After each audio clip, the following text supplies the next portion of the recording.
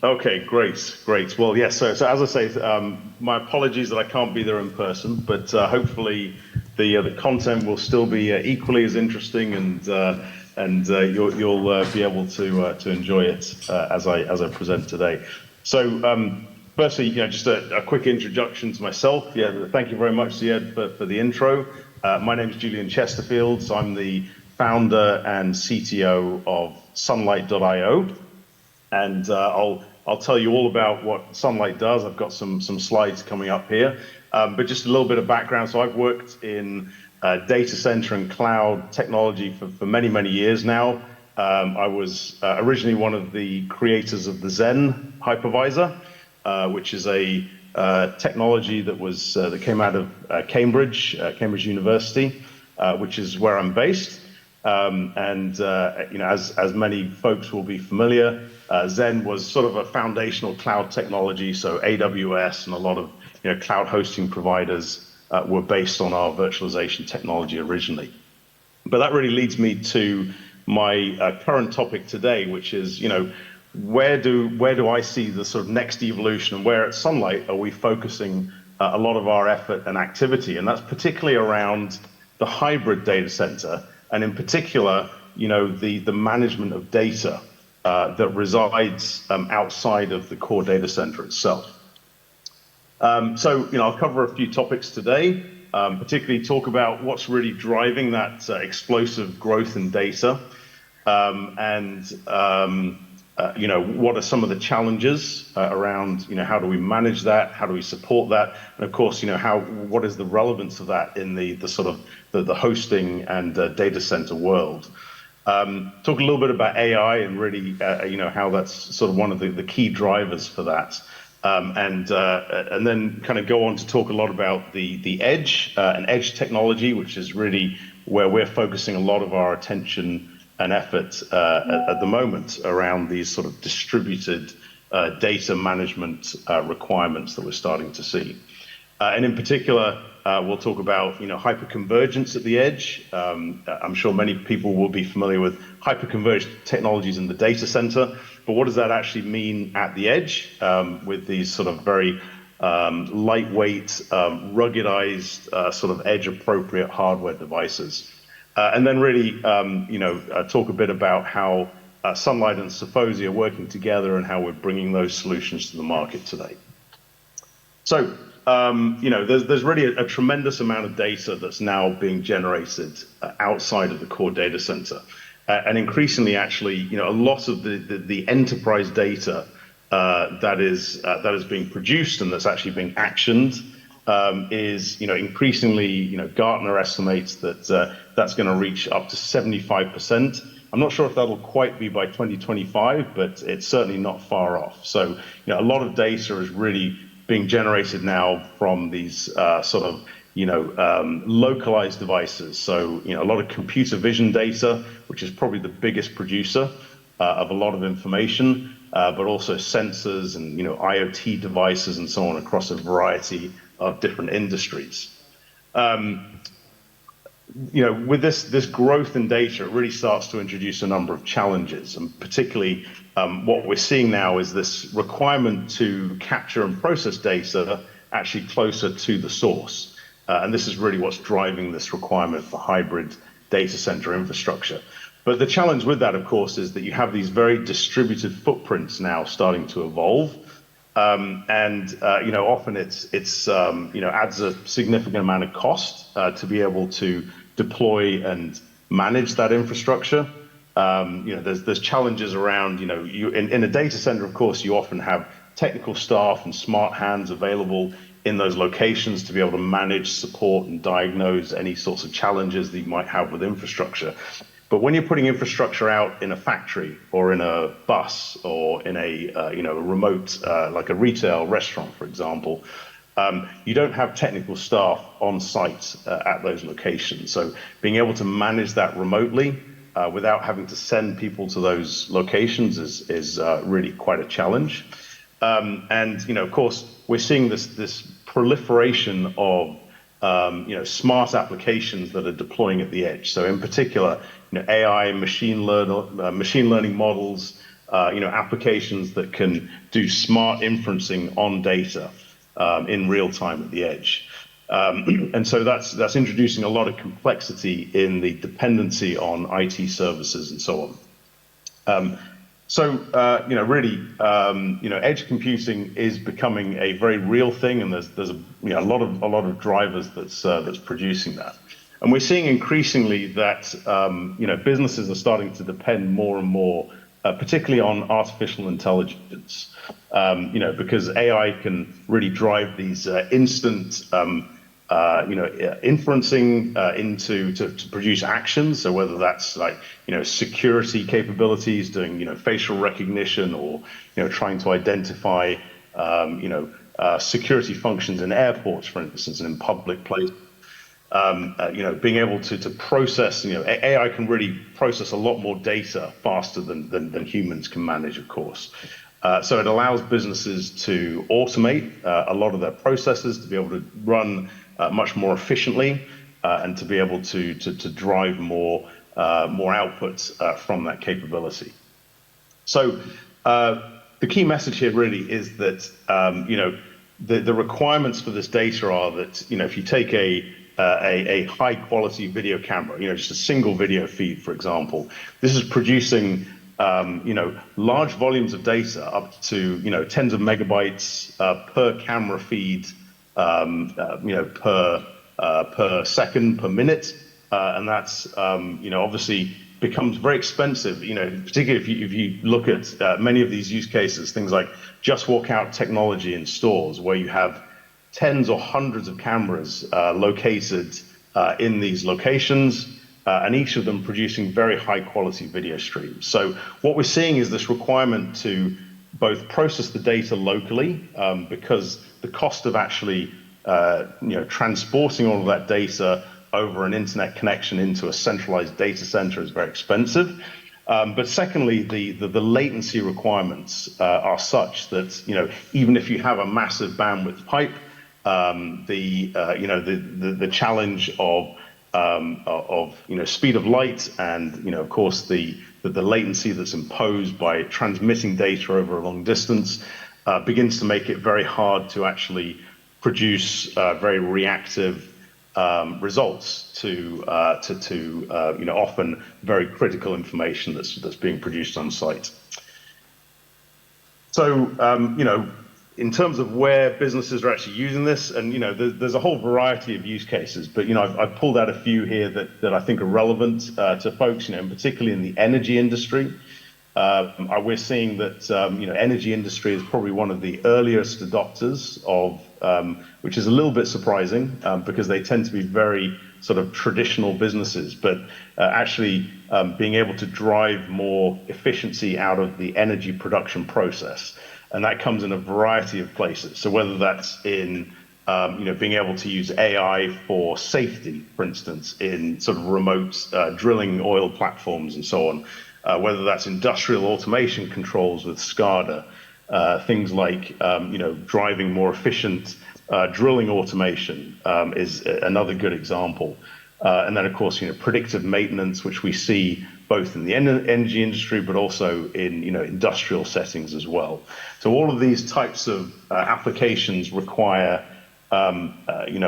processing of localized data. A lot of these are very hard to reach areas, so you can't always assume that there's good network connectivity to be able to retrieve data from these locations. So having compute infrastructure that's deployed locally is key. Similarly, in the industrial and also industrial manufacturing space, we're seeing a lot of adoption of technology to drive more efficient production. And again, it's very similar use cases. So predictive maintenance, safety, making sure that people in an industrial factory setting are wearing the right safety clothes, making sure that they're not walking in a place where it's dangerous because there's vehicles or automated equipment moving around.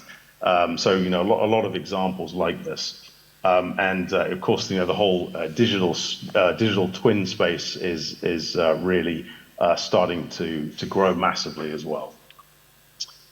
So the edge really we define as anywhere any place where the data is being created outside of the core data center. But ultimately, that data needs to be processed and managed on site in the local vicinity. But ultimately, a lot of that data may also be transmitted back into the core data center as well. So, finding the right balance between where data needs to be stored is obviously critical, and it's going to be specific to the application use case that's being deployed. But the edge can be any location. Even traditional environments like retail, hospitals, energy, oil platforms, and so on, where technology is increasingly being adopted. How do we manage it going forwards? So really, this is where we see the next evolution in the sort of data center technology. So starting back in from the early days of cloud, when virtualization technology like Zen and VMware were first on the scene. The thing that really drove that adoption of virtualization technology was that the hardware was expensive. So we wanted to drive more efficiency on the platform, which is why we looked at driving more applications and workloads on the same physical infrastructure in order to get more virtualization out of that. Evolved into software data was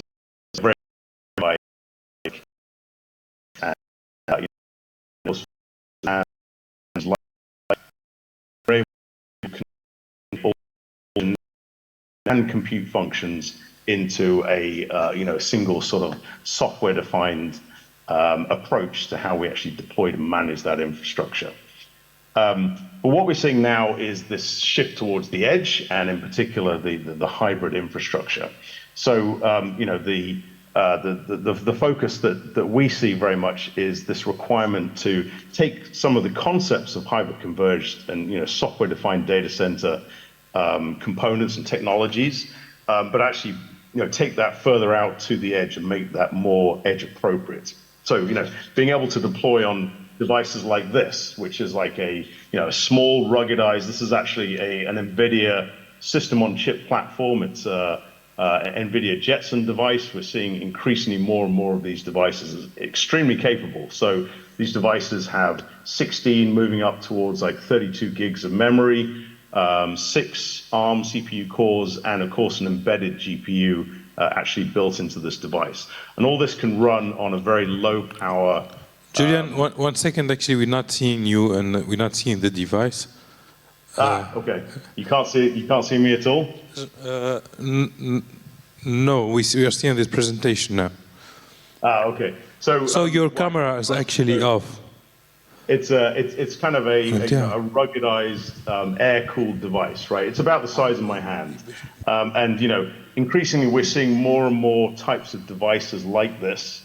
That are being deployed and managed out at the edge. And in particular, some of these more sort of customized devices, Jetson is a great example. It's designed really for computer vision workloads. Excuse me, Julian, now we can see you. Can you show the device, please, again? Yeah, cool. So it looks something like this. Let me just take my blur off here so you can see that a bit clearer. So here we go. So it's a small device. It's about the size of my hand.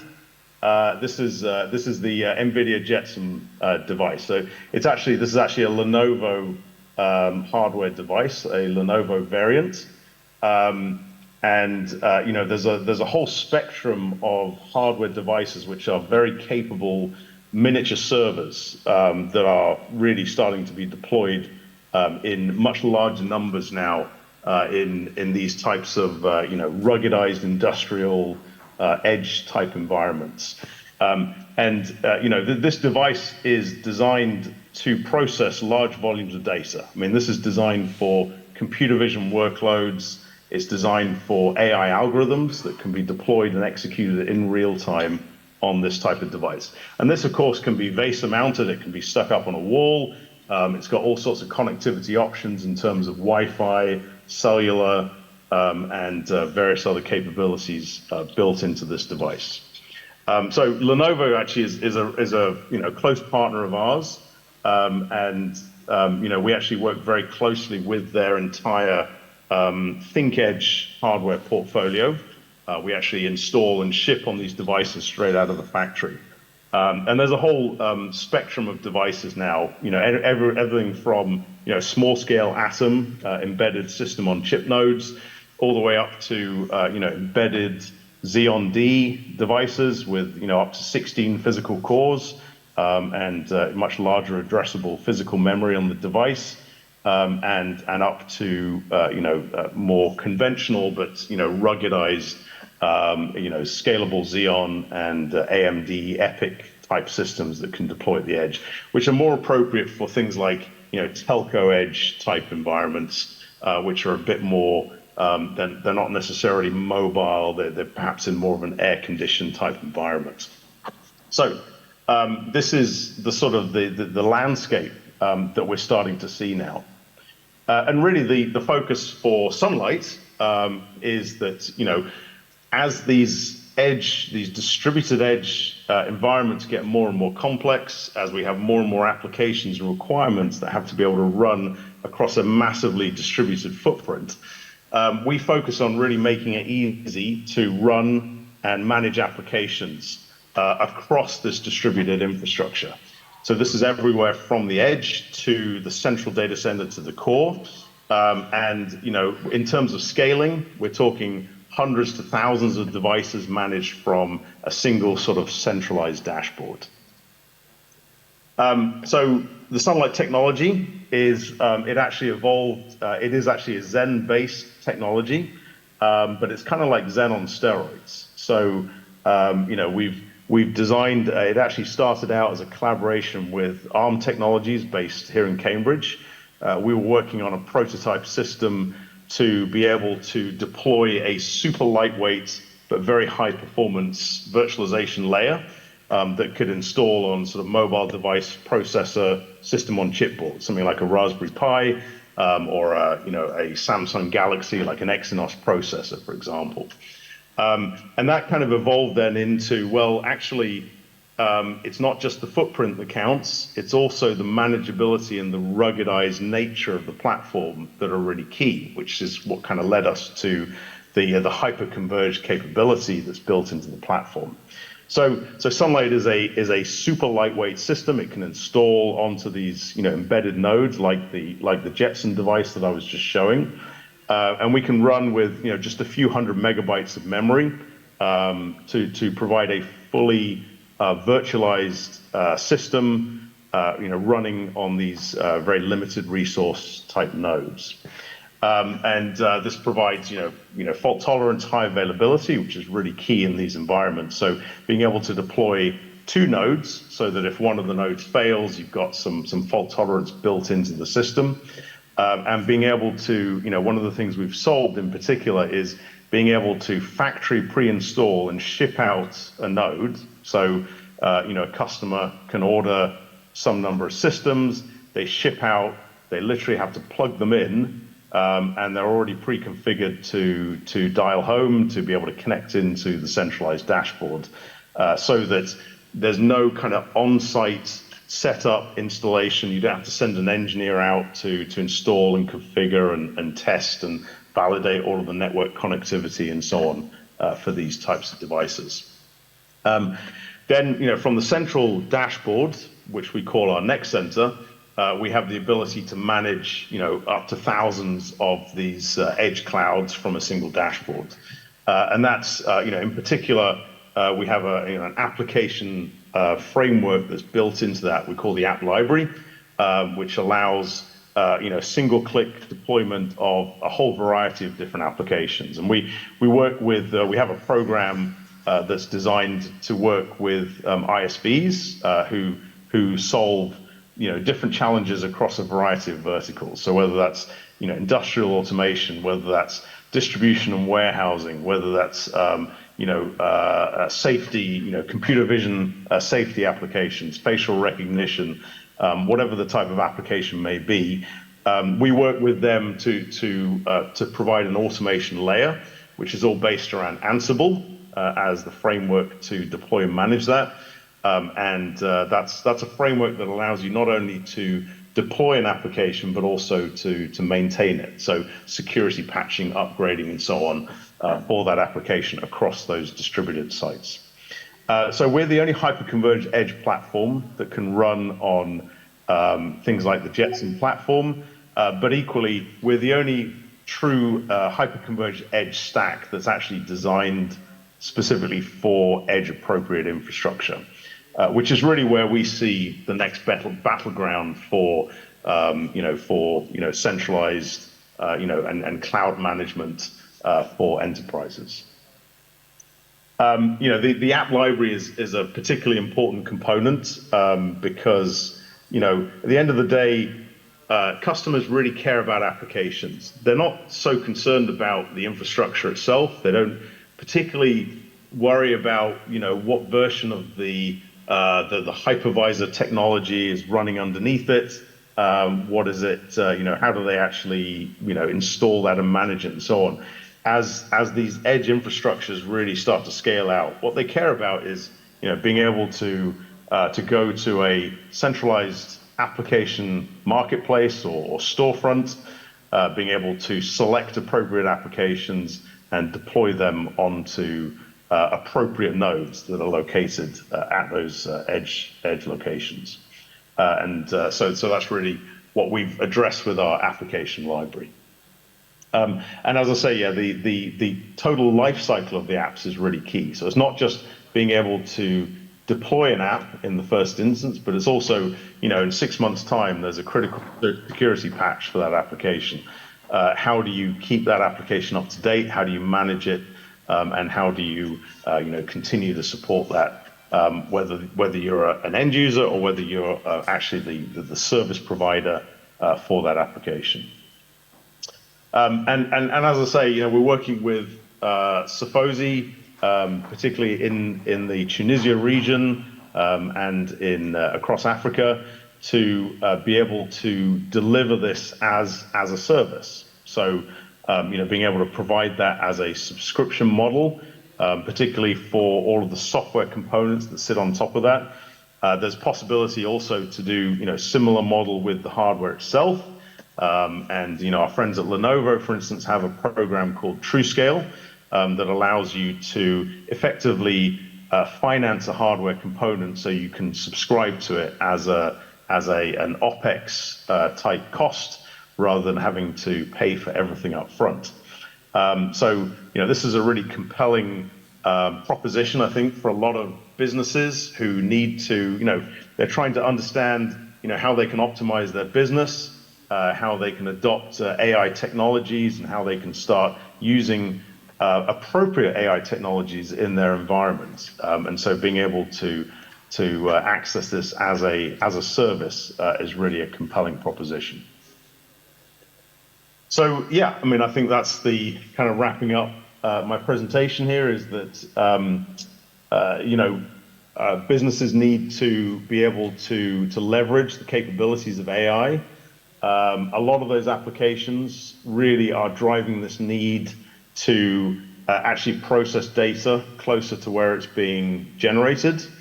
And the way that you can do that today is with Sunlight and Sofosi via the hyper-converged edge and the distributed edge management technology, which allows you to drop in a footprint of infrastructure with enterprise class high availability, and to be able to select and deploy applications on top of that infrastructure, which really helps to sort of demystify, I think, a lot of the challenges that enterprises have with AI and with being able to actually deploy and manage infrastructure on a much larger scale. So thank you very much for your time. Thanks, Julian, for the presentation. I have to say something here about Sunlight. Is actually when Julian or Sunlight shipped us the 2 nodes to test the stack. So after deploying it, we were able to test the VM performances, and it was like simple 2 nodes, and we were able to reach an IOPS of 600,000 in a virtual machine. And this is one of the things that marked me, that the technology allows you to reach until 1 million IOPS in one virtual machine, which is extremely, it's an extreme performance. And the other thing is, I see this is one of the edge computing technology there is. As we are speaking here about digital infrastructure, I think to enable things like technology 4.0, we need to have like this kind of solution. Yep. Thank you, Ziad. Yeah, that's absolutely true. So, I said at the beginning, Sunlight is based on, Zen on steroids, and that's exactly one of the first things that we fixed actually when we were working early on with ARM in particular. We kind of revisited a lot of the assumptions about the virtualization stack. There's often been an assumption that virtualization imposes a performance tax, right? And that tax gets particularly clear as the I/O devices get faster. So NVMe flash storage, high performance Ethernet and so on have always been bottlenecks in the virtualization stack. We were able to revisit a lot of those assumptions, and as we kind of shrunk down the virtualization layer, we were able to really optimize a lot of that I/O processing. So yes, we can achieve bare metal performance for a fully virtualized guest running on Sunlight. Yep. Thanks, Julian. Thanks and sorry for the delay. No problem at all, and thank you very much for your time. I hope next time we'll meet in person.